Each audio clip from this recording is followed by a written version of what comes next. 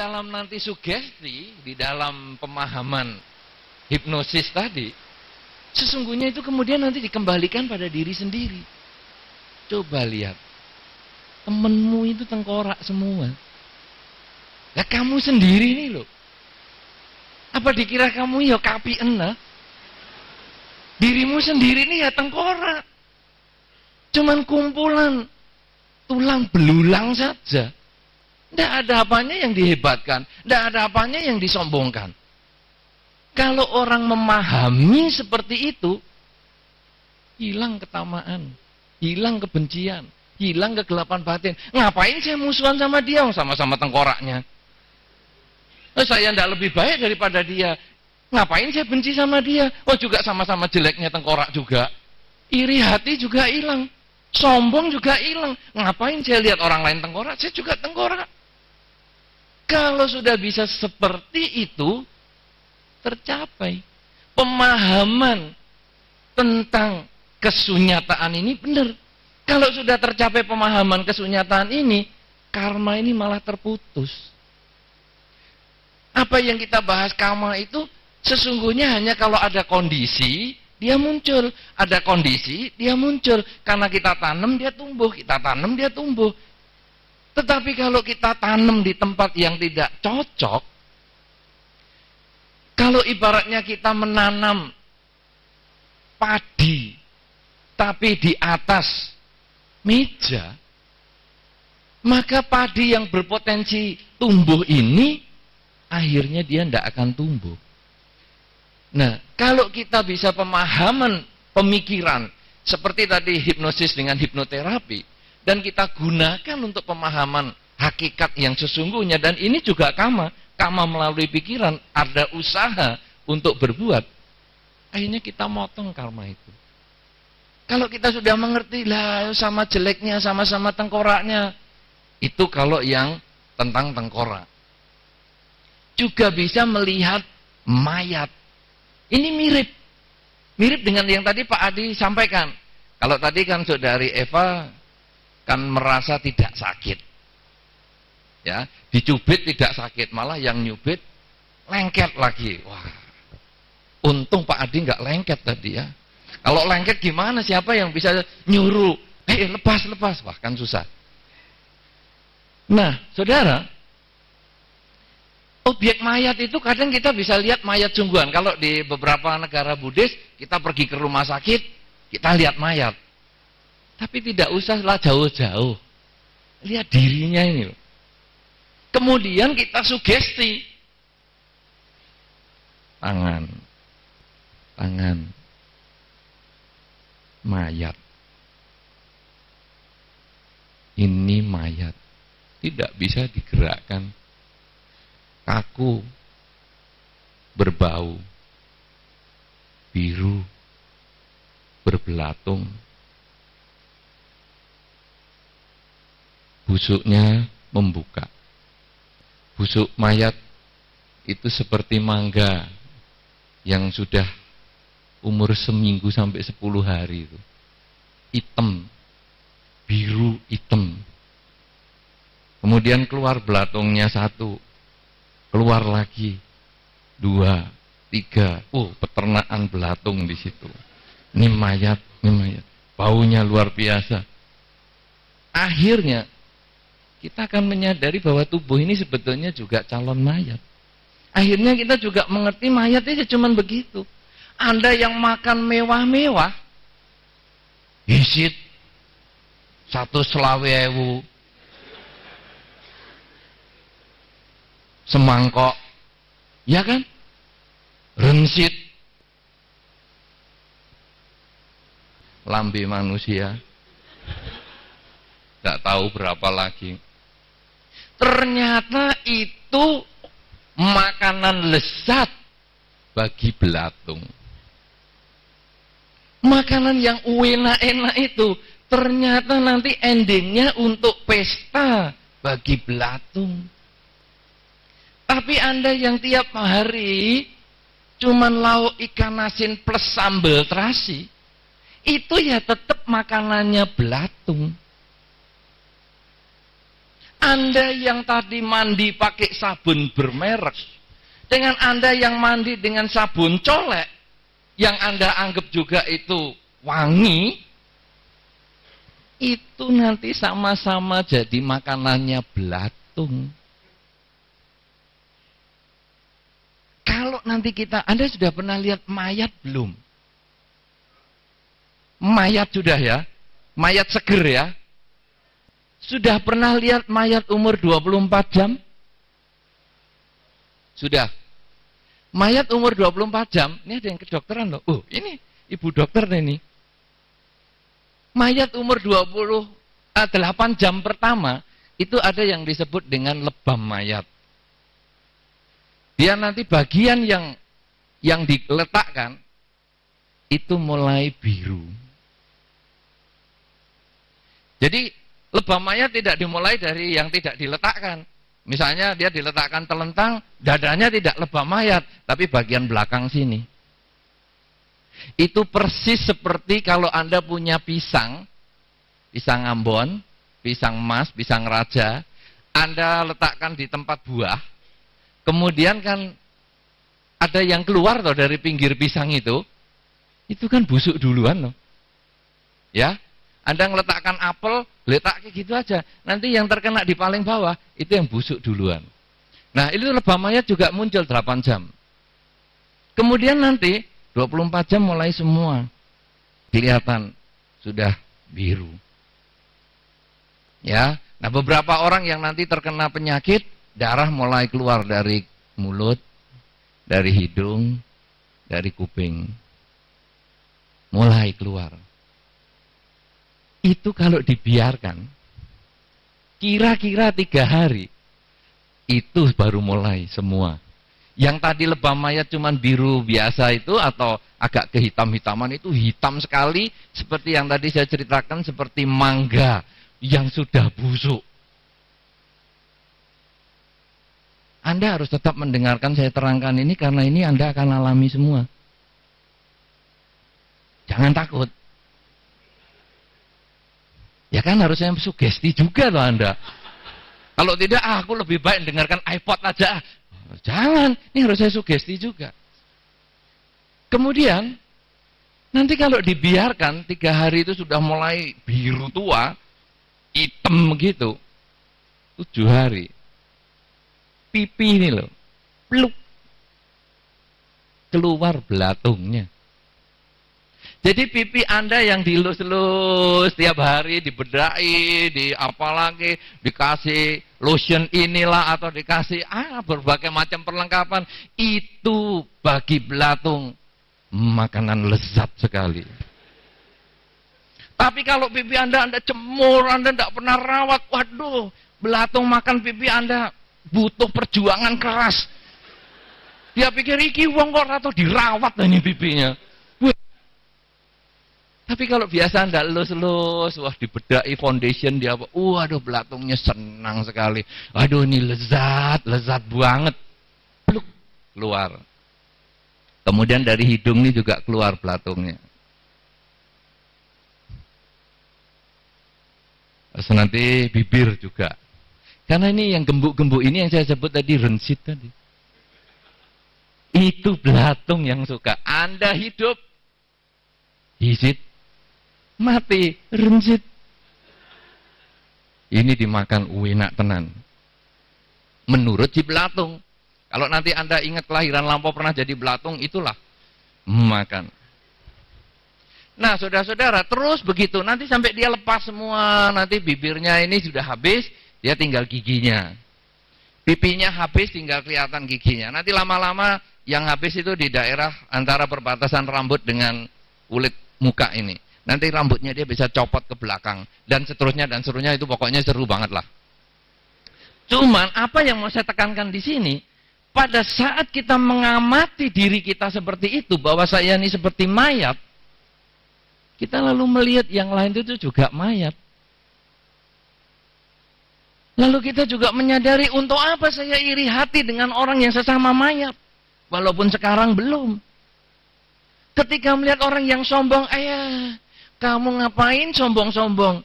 Sebentar lagi juga dimakan belatung. Apanya yang harus disombongkan? Tidak ada iri hati di dalam diri kita. Pada saat ini kita bisa potong di situ. Lalu batin kita menjadi tenang. Melihat yang sukses kita tidak terlalu jengkel. Melihat orang yang menjengkelkan ya tidak juga emosi kita terbawa. Nah lalu apa sekarang manfaatnya dalam kehidupan sehari-hari? Kita melihat yang sukses, kita harus jadikan pelajaran. Bukan tempat untuk iri hati. Wah dia calon bangkai, dia calon mayat, tapi kok sukses? Aku juga bangkai calonnya, aku juga calon mayat. Kudu sukses, harus sukses, tiru dia.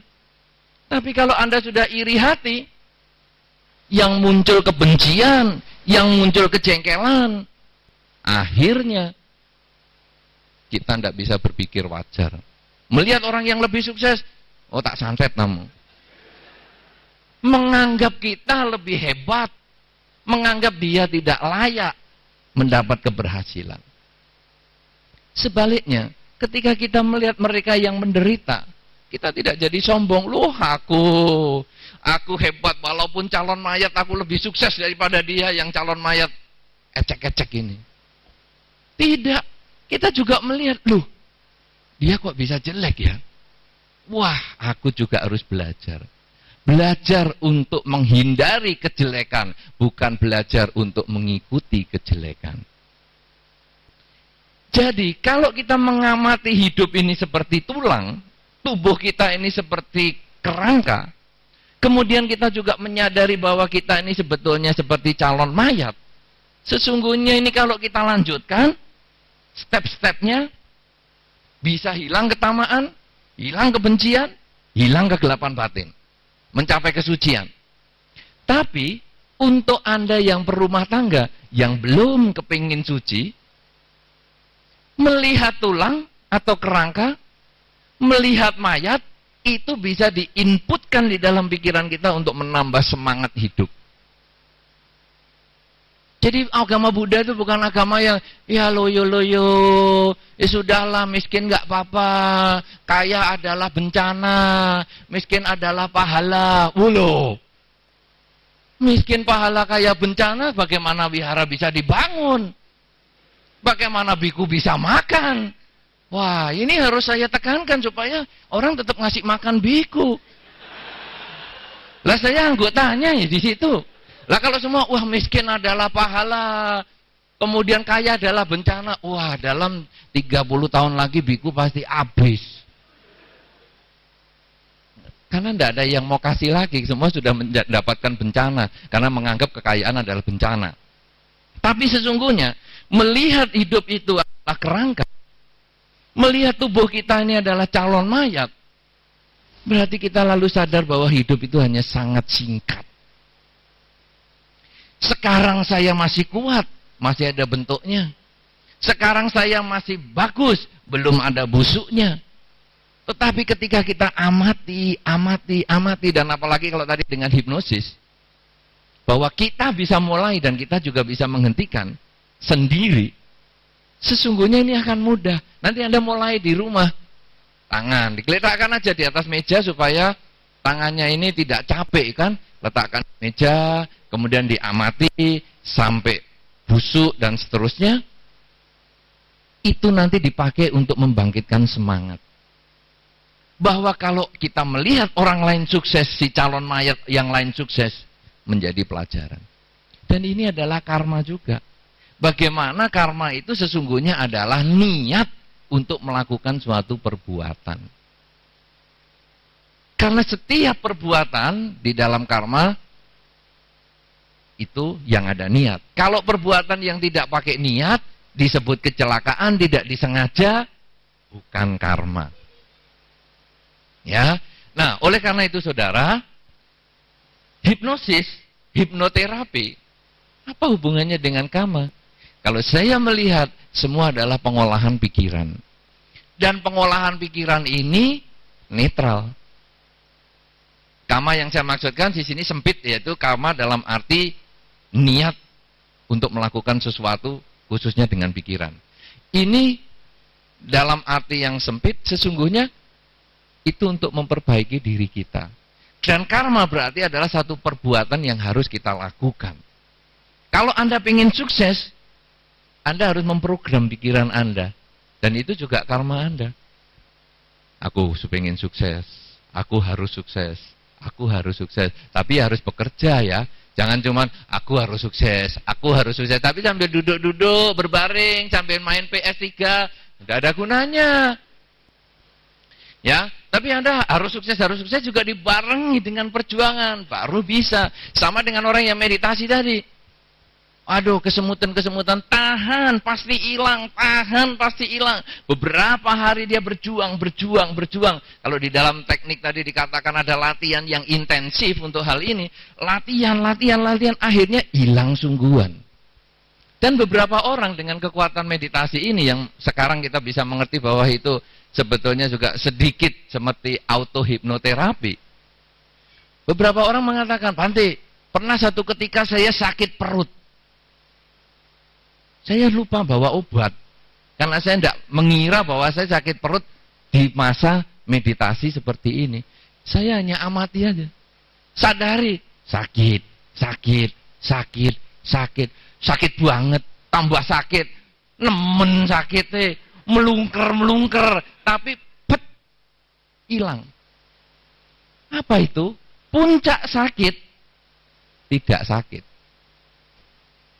Puncak tidak sakit.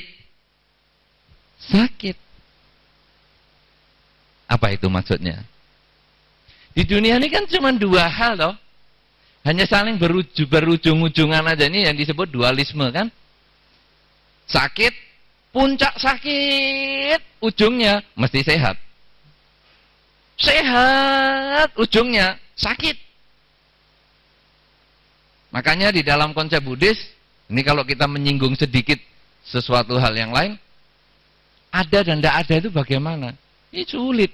Karena kalau kita ngomong, oh ini ada, puncak ada, itu tidak ada. Puncak tidak ada, itu ada. Ini sesungguhnya adalah konsep dualisme yang biasa sekali. Nah, pada saat orang sedang meditasi, sakit tahan, lepas dia, lewat. Demikian pula di dalam kehidupan kita sehari-hari. Ketika kita sedang berjuang, kita memprogram pikiran kita, harus bisa. Kok gagal? Belajar lagi. Orang lain kok sukses? Belajar lagi. Menjadikan dia sebagai pelajaran. Kita akan berhasil, dan inilah karma. Ya, oleh karena itu saudara-saudara, semua memang dimulai dari pikiran. Saya cocok sekali apa yang dibukakan oleh Pak Adi tadi, di sana cukup bagus. Dengan begini kan saya tidak perlu membawa komputer, karena apa yang mau saya sampaikan kan sudah di situ, tinggal saya mengulang aja bahwa pikiran pelopor segalanya, betul sekali. Dimulai dari pikiran. Kalau Anda sudah waktu meditasi, ayo meditasi 15 jam. Aduh, 15 jam, enggak bisa. Itu nanti hari ketiga biasanya sudah suruh pulang. Tapi kalau 15 jam, ayo coba. Tak lakonane, itu mesti bertahan. Kenapa? Karena dia sudah menyuntik dirinya, dia sudah memprogram dirinya, aku bisa, aku harus bisa. Dan ini kekuatan karma. Hipnosis yang tadi disampaikan, itu sesungguhnya adalah yang salah satu saja penggunaan pikiran. Yang tadi sudah saya sampaikan sedikit, auto hipnoterapis. Itu ada, wah sakit perut, tahan, sakit gigi, tahan. Memang bisa. Dan ini sesungguhnya di dalam konsep Buddhis, bagaimana kita mengendalikan pikiran, dan pikiran itu sesungguhnya adalah karma juga, yaitu niat yang kita lakukan. Ya, oleh karena itu saudara-saudara, apa yang kita mau sampaikan di sini, bahwa sesungguhnya kita bisa menjadikan diri kita ini sebagai satu bentuk pemahaman. Satu misalnya, melihat tubuh kita sesungguhnya tidak kekal, kerangka atau mayat. Mumpung kita masih kuat, mumpung kita masih sehat, ayo kita program dengan baik. Semoga semua makhluk bahagia. Itu juga program. Masukkan semoga semua makhluk bahagia, semoga semua makhluk bahagia. Terus sehingga nanti di bawah sadar kita itu isinya semoga semua makhluk bahagia. Begitu kita mau ngomel, bukan lagi kata binatang yang keluar di kebun binatang, tapi semoga kamu bahagia. Ada yang sudah bisa begitu? Ketika marah yang keluar semoga semua makhluk bahagia? Belum. Nanti harus mulai belajar. Tiap pagi bangun tidur, malam mau tidur, di program, di input program datanya itu. Semoga semua makhluk bahagia, semoga semua makhluk bahagia. Sehingga begitu marah, keluarnya itu. Kalau mimpi, Anda tentu pernah mimpi buruk. Pernah nggak waktu mimpi buruk ngomong semoga semua makhluk bahagia? Pernah? Enggak pernah? Kalau sabe sata bawantu sukitata? Enggak pernah juga? Namo tassa? Pernah? Namo tassa bhagavato arahato sama sambuddhassa? Di sarana pernah? Apa yang muncul dalam mimpi buruk Anda, itu yang terprogram di dalam pikiran Anda. Itu kalau Anda takut, yang keluar juga namo tassa bhagavato, dan seterusnya. Tapi kalau Anda mau menginput data yang lain, juga boleh sabe sata bawantu sukitata. Dan apa itu yang terjadi? Pada saat seseorang akan meninggal, itu sebetulnya nanti proses hipnosis itu juga timbul. Sudah diam begini, lalu merasakan tubuh ini mulai lemes. Mulai dari ujung kaki ini seperti seseorang, kalau tadi istilahnya Pak Adi seperti masuk di dalam es. Tapi sebetulnya ini seperti kalau kita masukkan badan di air itu loh. Anda pernah ya? Pernah belum? Masukkan bagian tangan Anda di air. Itu kan ada sesuatu yang bergerak kan. Seiring dengan air ini dimasuki tangan Anda ini juga ada sesuatu yang bergerak. Ya. Nah, itu nanti kalau mati, itu juga ada yang seperti itu rasanya. Pelan-pelan. Itu seperti terhipnosis. Kemudian kita langsung bisa mengisi apa ini yang mau disampaikan. Semoga semua makhluk bahagia, semoga semua makhluk bahagia, semoga semua makhluk bahagia. Jadi kita isi pikiran yang bagus.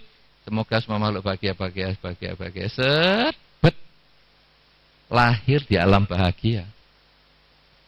Tapi kalau waktu kita sudah merasa begini, duh hutangku sapa iki sing bayar, duh ini hartaku bagaimana, ini aduh pangkatku bagaimana, aduh keluargaku bagaimana, mati. Lahir di alam menderita. Semuanya karena pikiran. Karena itu, Anda yang mengikuti acara ini, mumpung ada kesempatan, Anda sudah ditunjukkan bukti nyata dengan hipnosis yang tadi disampaikan Pak Adi dengan baik sekali. Marilah kita juga mulai menghipnosis, mengisi diri kita dengan pikiran-pikiran yang positif. Sehingga akhirnya, di dalam hidup kita, kita selalu bersemangat untuk maju. Di dalam proses kematian kita nanti, kita pun bisa mengarahkan pikiran kita untuk lahir di alam bahagia. Semoga dengan kesempatan ini akan membuka pemikiran kita lebih baik untuk menyatukan hipnosis, hipnoterapi maupun kama, sehingga memberikan manfaat untuk hidup kita di dalam masa sekarang maupun di masa-masa yang akan datang. Terima kasih atas perhatian Anda.